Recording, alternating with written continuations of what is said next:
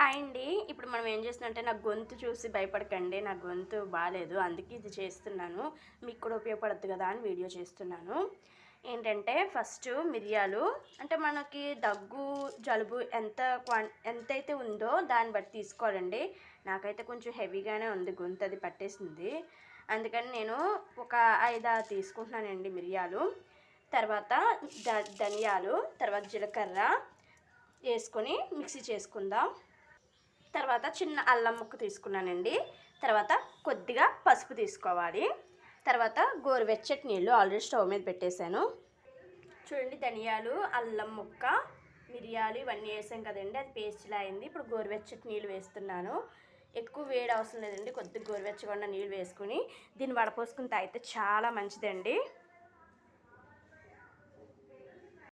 ఇప్పుడు మిక్సీ చేసుకుని మిశ్రమం ఉంది కదండి, ఇప్పుడు ఇందులోకి వడపోసేసుకుందాము. వడపోసుకుని తాగితే చాలా మంచిదండి ఇది.